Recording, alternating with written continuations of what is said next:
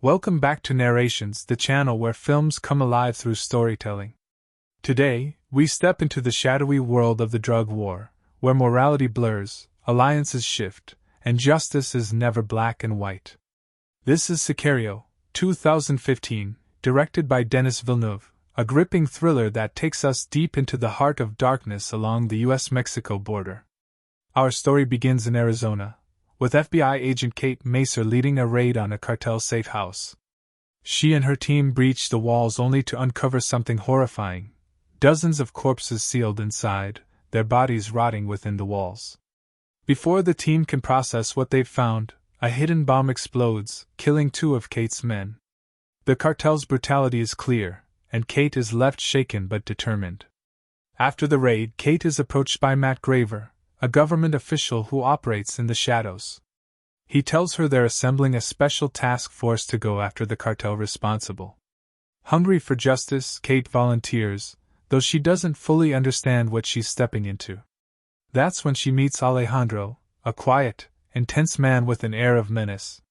He isn't introduced with a title or agency.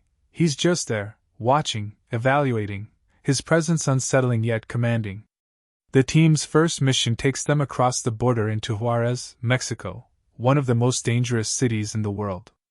The objective: to extract a high-ranking cartel member and bring him back to U.S. soil.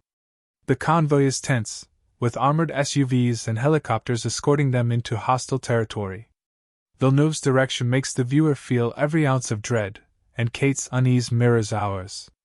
On the way back, they get caught in gridlock traffic at the border. Suddenly, cartel gunmen appear in nearby cars, ready to strike. The tension is unbearable, and then it explodes into violence. Shots ring out, bodies fall, and Alejandro and the team kill with precision and ruthlessness. For Kate, the brutality is a shock.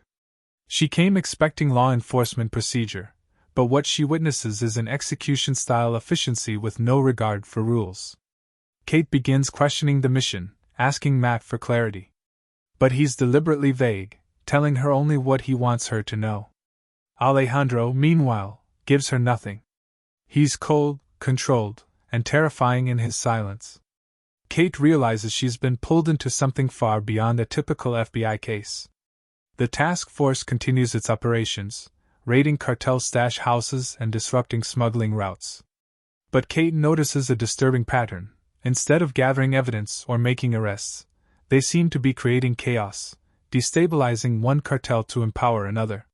She confronts Matt, who explains bluntly, their mission isn't to stop drugs, but to restore balance. By toppling one cartel, they can allow a more manageable one to rise. In other words, the government isn't fighting the drug war to win, but to control it. One night, Kate tries to assert her independence, going out for drinks with a fellow cop who seems sympathetic. But things take a dark turn when he attacks her in her apartment, revealing he's on the cartel's payroll. Alejandro and Matt intervene just in time, saving her life. Yet instead of feeling relief, Kate feels violated, used as bait, manipulated into a near-death encounter she never agreed to. The operation escalates. The task force tunnels under the border, tracking cartel movements, and eventually Kate realizes Alejandro has his own agenda. He isn't just some government operative, he's a man with a vendetta. His family was brutally murdered by cartel leader Fausto Alarcón, and everything Alejandro has done leads to one goal: revenge. The climax of the film is devastating. Alejandro infiltrates Alarcón's compound in Mexico.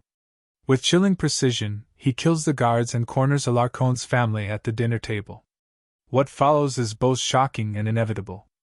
Alejandro executes them all, saving Alarcón for last. As the crime lord pleads for mercy, Alejandro reminds him of what he did to his wife and daughter, then pulls the trigger.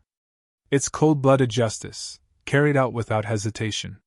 Back in the U.S., Kate confronts Alejandro, horrified by what she's seen. But Alejandro has one final move. He corners her in her apartment, places a gun to her chin, and orders her to sign a document legitimizing the operation. He tells her plainly, the world is brutal, the drug war cannot be won, and people like her don't belong in it. She's idealistic, clinging to rules in a world without them. With trembling hands, Kate signs. Alejandro walks away, leaving her shaken, broken, and disillusioned. The film ends with a haunting image: children in Mexico playing soccer. As the game pauses for distant gunfire, they briefly glance toward the sound, then continue playing. Violence isn't an interruption in their world, it's part of daily life.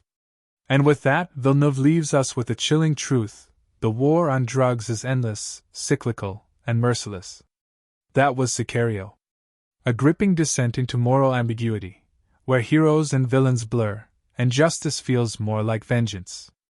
It's a film that doesn't offer easy answers, only hard questions about power, law, and survival. If you enjoyed this narration, watch the full movie to experience its masterful tension and Roger Deakins' stunning cinematography.